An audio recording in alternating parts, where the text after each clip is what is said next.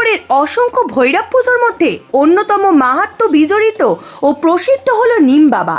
তারই আজ বিসর্জনের শোভাযাত্রায় অগণিত ভক্তদের ঢল নেমেছে। সাথে বিভিন্ন রকম বাজনা ও আলোকসজ্জায় সজ্জিত করে বাবাকে শহর পরিক্রমা করানো হয়। এসবের মধ্যেও প্রশাসনের নিরাপত্তা ছিল চোখে পড়ার মতো।